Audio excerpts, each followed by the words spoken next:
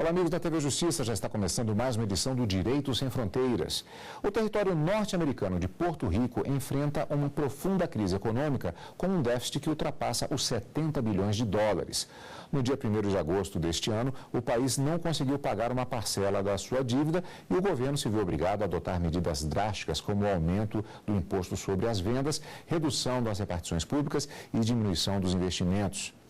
Quem está aqui nos estúdios da TV Justiça, no nosso programa Direito Sem Fronteiras, para conversar conosco sobre a crise em Porto Rico, é Roberto Goulart Menezes, professor de Relações Internacionais da Universidade de Brasília, e Luísa Cristina de Castro Faria, mestre em Direito Internacional. Agradeço a presença de ambos aqui nos estúdios da TV Justiça e eu os convido também aos nossos amigos telespectadores a assistirem uma reportagem sobre o assunto da semana produzida pela equipe da TV Justiça.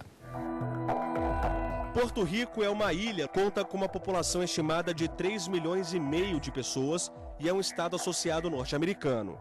O país passa por uma grande crise interna. A dívida porto-riquenha representa 104% do produto interno bruto. A situação atual é preocupante. A taxa de desemprego é de 13%, mais do que o dobro da média dos Estados Unidos. Cerca de 280 mil pessoas deixaram Porto Rico na última década, o que representa 7% da população. A economia encolheu muito nos últimos 8 anos, desde que acabou a isenção dos impostos sobre os lucros para multinacionais americanas se instalarem na região. Bom, nós vimos nessa reportagem, portanto, os aspectos relacionados a essa crise de Porto Rico especificamente, o que faz, se cria uma oportunidade para falarmos até a respeito dos modelos que existem em relação nas relações internacionais, em relação aos países que estão aí nessa realidade de um mundo globalizado. Então, vem a seguinte pergunta: o que é, hoje em dia, em pleno século XXI, um Estado associado?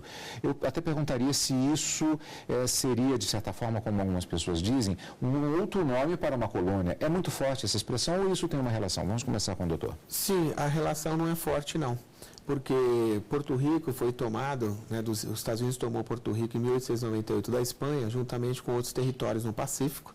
Porto Rico está no Caribe, mas os Estados Unidos também pegou a Ilha Samoa, pegou outros territórios para fazer bases navais, e com isso construir um circuito, digamos assim, de militar, geoestratégico no mundo.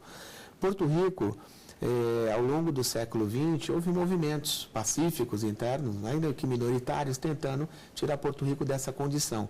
Então, no começo do século XX, falava-se em protetorados. Tinha, por exemplo, a Palestina era um protetorado da Inglaterra, a França tinha protetorados também no Oriente Médio, assim como Porto Rico, que permanece um protetorado, mas juridicamente com outro nome.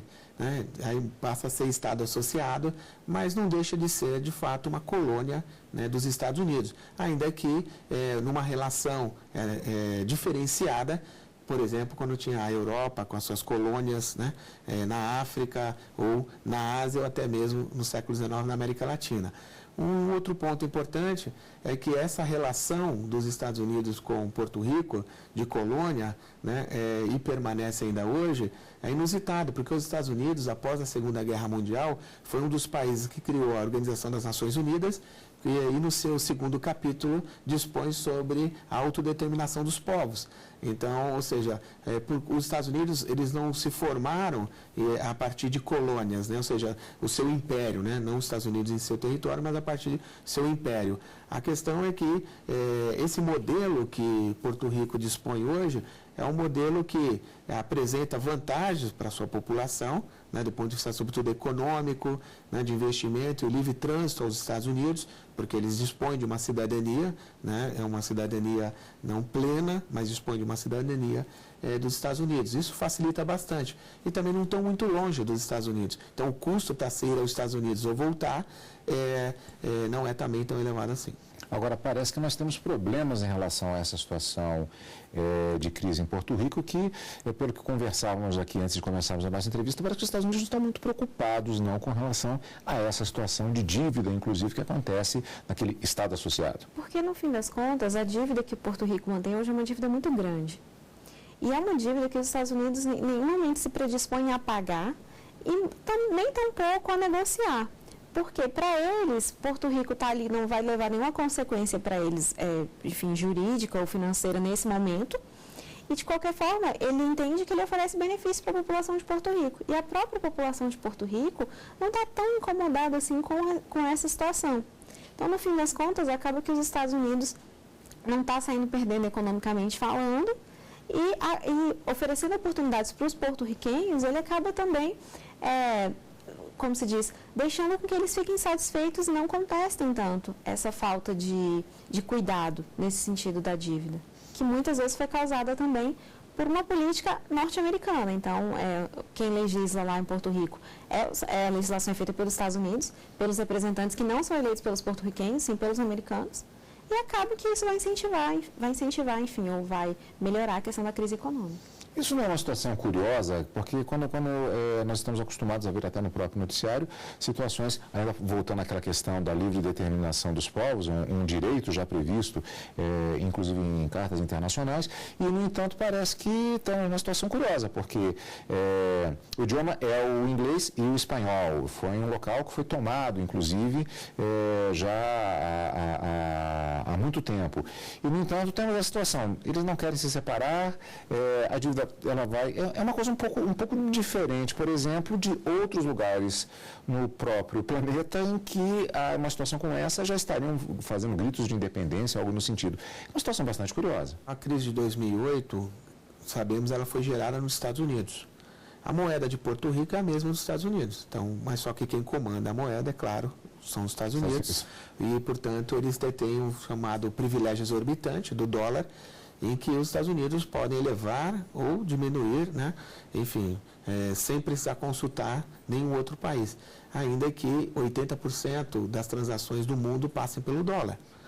Então, a questão de Porto Rico numa situação como essa, onde eles podem arrumar dinheiro? Uma parte da população imigra para os Estados Unidos, ou, entre aspas, migra para os Estados Unidos, né? Trabalham lá, geralmente os jovens, né? Aqueles que têm condições, estão em plena saúde, geralmente, migram para os Estados Unidos e de lá enviam dinheiro para os seus familiares. Isso é uma fonte importante de renda para Porto Rico. Porto Rico, ao longo do século XX, como mostrou a reportagem, tentou atrair outras empresas, seja de serviços turísticos, empresas farmacêuticas, eletroeletrônicas, né? Mais recentemente de biotecnologia. Então, para isso, Porto Rico tentou diversificar o seu perfil econômico. E isso é algo muito importante para qualquer país. Ou seja, ele não pode ficar dependendo apenas de um produto, 2 produtos, ou aqueles produtos que são considerados, digamos, sazonais ou supérfluos. Por exemplo, o Brasil, na crise de 29, o Brasil, grande parte do comércio brasileiro era dado pelo café. Então, o café era supérfluo, na hora da crise cortou-se o café em vários países do mundo, e com isso diminuiu as exportações brasileiras. Então, no caso do Porto Rico, é uma ilha, né, com cerca de 4 milhões de habitantes, 3,5, 4 milhões de habitantes, então, com uma escolaridade boa, né, e ao mesmo tempo eles tentando diversificar a sua economia, mas sempre, né, muito colada aos Estados Unidos. Então, há investimentos norte-americanos em Porto Rico, né? Como as imagens mostram, são belas praias que atraem. Só que também o turismo internacional está em crise. E a questão da isenção de impostos? Nós vimos também na reportagem essa questão das multinacionais que teriam vantagens em ter ou alguma representação, ou talvez até algo mais forte dentro das terras porto-riquenhas. Isso não tem funcionado como elemento de atração? Na verdade, funcionou muito na década de 90. Então, várias empresas se instalaram na ilha em torno dessa isenção porque eles não pagavam tributos sobre os lucros gerados pela empresa. Entretanto, depois que surgiu o NAFTA, que foi o Acordo de Livre Comércio da América do Norte, outros países acabaram se tornando tão vantajosos quanto Porto Rico ou até mais, no caso Canadá e México. Além disso, os Estados Unidos firmou alguns acordos com outros países, como Chile, por exemplo, que acabaram beneficiando. Então, esses países tinham as mesmas vantagens que Porto Rico também tinha. Isso fez com que várias empresas saíssem de Porto Rico e fossem para esses outros países. Além disso, toda a questão da conjuntura internacional, de crise, como o professor falou, em 2008, que que começou nos Estados Unidos. Além disso, a questão da China, quando a China entra para a OMC, em meados de 2000, 2001, acaba que a China também oferece um custo mais baixo para essas empresas. E Porto Rico, eles têm uma cultura, tem muitas pessoas também preparadas, então eles tinham uma cultura de ter um salário um pouco melhor. E até justamente por estarem próximos dos Estados Unidos e terem essa opção de trabalharem também nos Estados Unidos, então ficavam tanto quanto caro para as empresas se manterem ali. E hoje, essa isenção, acaba que ela foi retirada, muitas pessoas contestavam essa isenção, que a princípio deveria durar 10 anos, e entendiam que Porto Rico perdia muito com essa isenção. Só que assim, ele perdia com esse tributo, mas ele ganhava com o mercado aquecido, com a economia aquecida, porque essas empresas também geravam vários empregos e que geravam outros tipos de tributo. Com o fim dessa isenção, acabou que foi um tiro no pé que foi dado, que você começou a ganhar o lucro que você não estava tributando, mas você também começou a perder porque as empresas começaram a sair de lá, também em razão de uma conjuntura internacional. E aí entra também a questão do excesso de gastos públicos, as empresas públicas de lá também têm uma dívida muito grande e foi só complicando a questão da crise. Isso já tem uma relação com a próxima pergunta que eu gostaria de fazer, mas que ela vai ser a abertura do próximo bloco. Ou seja, qual a importância para os Estados Unidos de manter um protetorado, um Estado associado, como no caso, em pleno século XXI. Mas é isso nós vamos deixar para depois do intervalo, quando nós continuarmos com a nossa conversa sobre a crise em Porto Rico e a legislação de um Estado livre associado, que também será tema do segundo bloco do nosso programa de hoje, daqui a pouquinho, logo depois do intervalo. Em que ano foi aprovada a nova Constituição que transformou Porto Rico em um Estado livre associado? Regime que coloca nas mãos dos Estados Unidos os assuntos financeiros e de política exterior do país. A. 1898. B. 1959. C. 1989. A resposta depois do intervalo. O Centro de Cultura e Convenções da cidade de Goiânia, em Goiás, vai sediar nos dias 21, 22 e 23 de outubro o 29º Congresso Brasileiro de Direito Administrativo. O evento tem como tema o universo da administração pública e seus desafios. Mais informações, acesse ibda.com.br.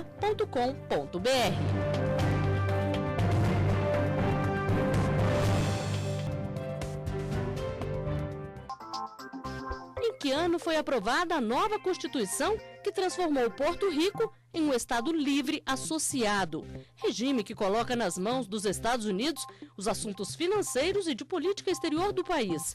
A resposta certa é a letra B, 1959.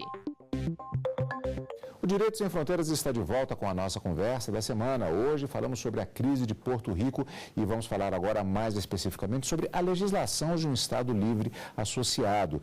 E a primeira pergunta, como eu já havia adiantado em relação ao bloco anterior, é exatamente a questão de por que interessa aos Estados Unidos manter essa relação com o país especificamente naquela região. É uma questão geopolítica?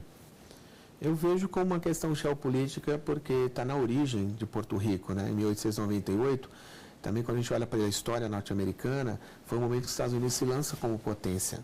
Então, a data de 1898, ele derrota a Espanha, né? Liberta Cuba, Cuba contribuiu, os Estados Unidos, para a independência cubana em 1898, anexa o Porto Rico, anexa Samoa, o Havaí, ou seja, os Estados Unidos têm uma política expansionista, no caso de Porto Rico, Cuba, pelo Caribe, né?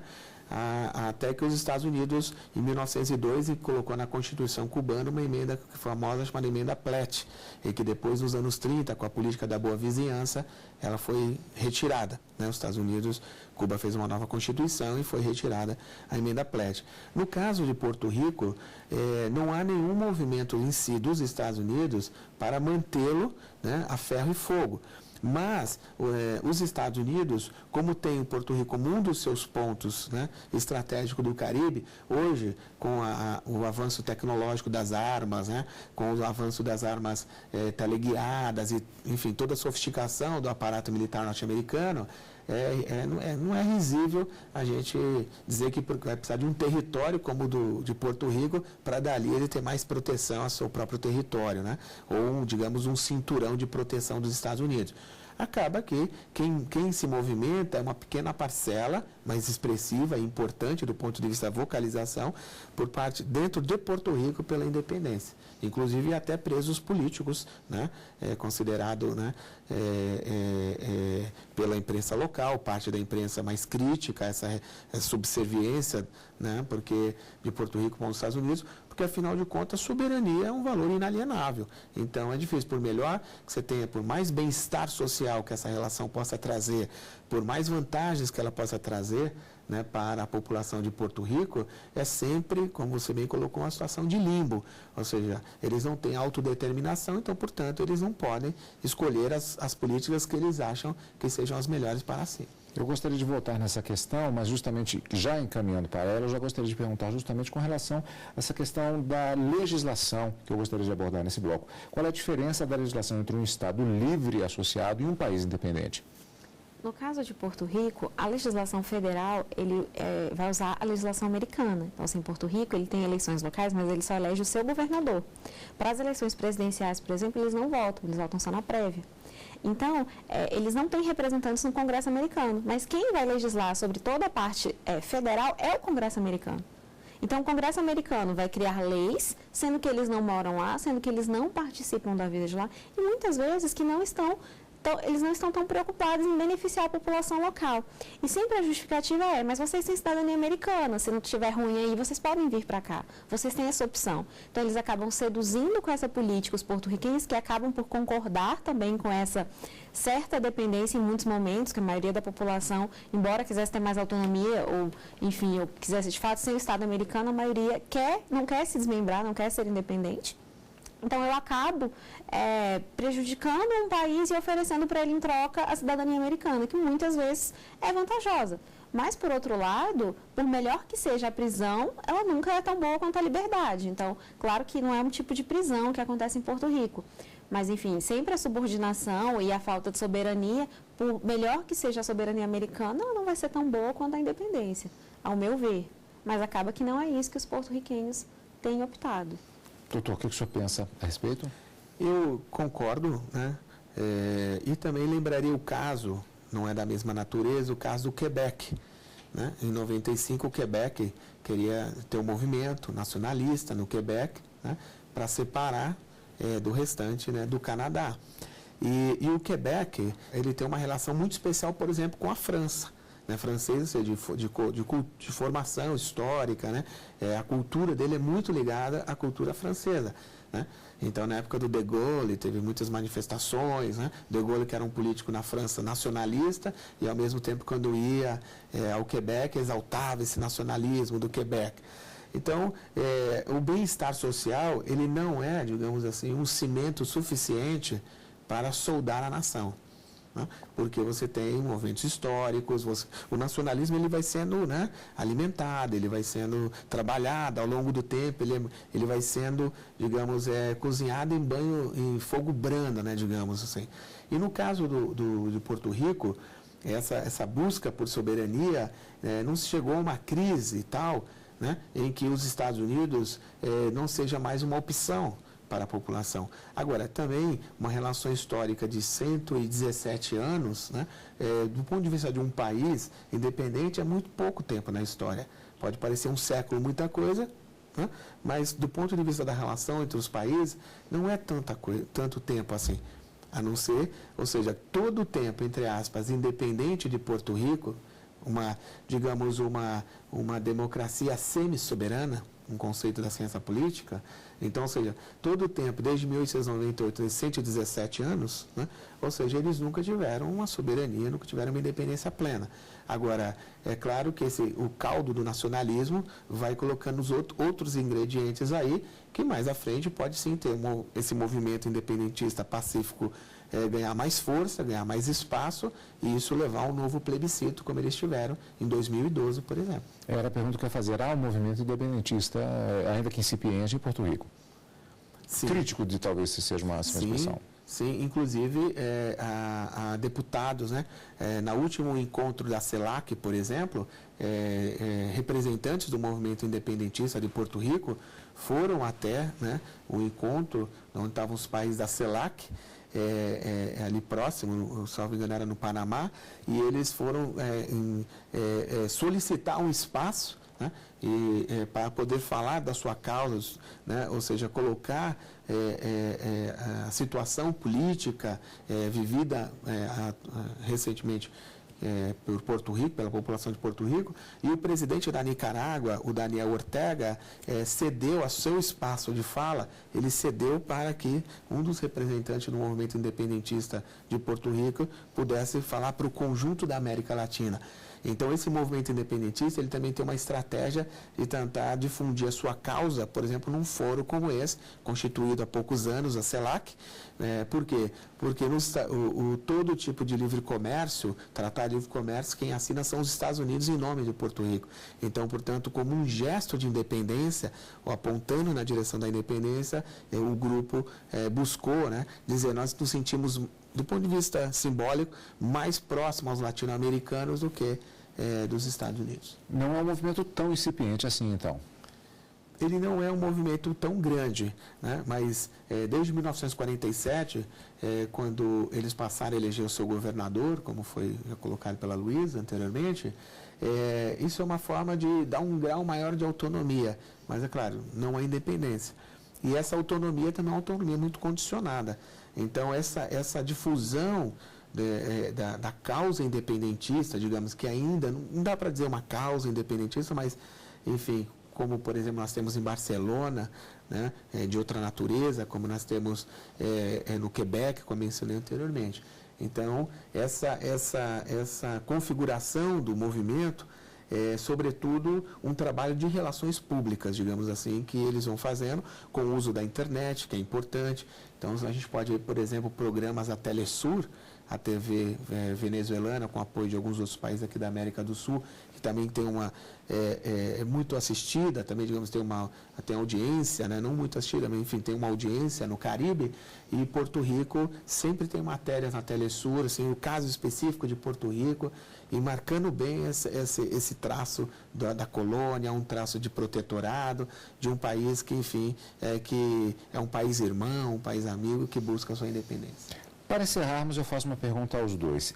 Essa questão, ela não se torna mais interessante ainda na medida que raciocinamos que esse é um debate bastante contemporâneo, ou seja, no momento em que se tenta consolidar uma Europa única, formada por nacionalidades diferentes e, ao mesmo tempo, há comunidades que pedem a sua própria independência. Em situações mais radicais, vamos falar dos curdos, por exemplo, na região do Oriente Médio, e é uma situação como essa que os porto-riquenhos não querem uma independência. Isso não reflete um pouco esse fenômeno da definição do próprio papel dos Estados nacionais? Essa não é uma discussão contemporânea que nós encontramos, de certa maneira, no microcosmo aqui em relação a Porto Rico e Estados Unidos? Com certeza. Esse papel da definição dos estados, ele é muito discutido hoje. Até que ponto tem fronteira, até que ponto entra os direitos humanos, entra o nacionalismo. Mas todos eles sempre vão se esbarrar numa questão econômica. Porque, assim, por mais que os europeus eles tenham compaixão e queiram receber os sírios, à medida que eles verem que eles estão perdendo empregos e que está aumentando a criminalidade pelo excesso de imigração, eles vão começar a ser contra. Então, sempre esbarra numa questão econômica. E provavelmente Porto Rico não quer essa independência justamente por estar passando por um momento de crise econômica. E crise econômica, muitas vezes, que a legislação, a relação da autonomia é mais ou menos o seguinte: eu faço a dívida para você pagar. Porque boa parte da dívida de Porto Rico vem de uma política de legislação que foi aprovada pelos Estados Unidos. Então, concederem isenção, depois tiraram a isenção, são legislações norte-americanas nesse caso, e agora a dívida está lá para que eles paguem. Então, de alguma forma, eles estão sendo prejudicados, mas acabam se sentindo beneficiados em razão da cidadania. Então, a luta contra um colonialismo por parte dessas nações, né, ou seja, desses povos que vão sendo pensados como nações, na busca de um território, né, no caso do Oriente Médio, a natureza é diferente da Europa. Então, é interessante porque os palestinos não têm um Estado, né? Os curdos não têm um Estado, ou seja, aqueles que não conseguiram resolver o seu problema logo após a Primeira Guerra Mundial. Isso se arrastou, e sem o Estado também, você não tem a proteção, né? A proteção para a sua população. Então, você acaba ficando mais vulnerável a invasões, a cobiças pelo seu território. muitos temas nós podemos abordar aqui no Direitos Sem Fronteiras em relação a essas realidades, que na verdade são realidades fascinantes, tema para os nossos debates aqui no nosso programa da TV Justiça. E mais uma vez tivemos a oportunidade de abordar um tema para você, amigo da TV Justiça, nesse Direitos Sem Fronteiras de hoje, que vai ficando por aqui. Nós conversamos sobre a crise de Porto Rico e a legislação de um Estado livre associado. E quem nos ajudou na discussão foi Roberto Goulart Menezes, professor de Relações Internacionais da Universidade de Brasília, e Luísa Cristina de Castro Faria, mestre em Direito Internacional. Agradeço a ambos a presença aqui nos estúdios da TV Justiça.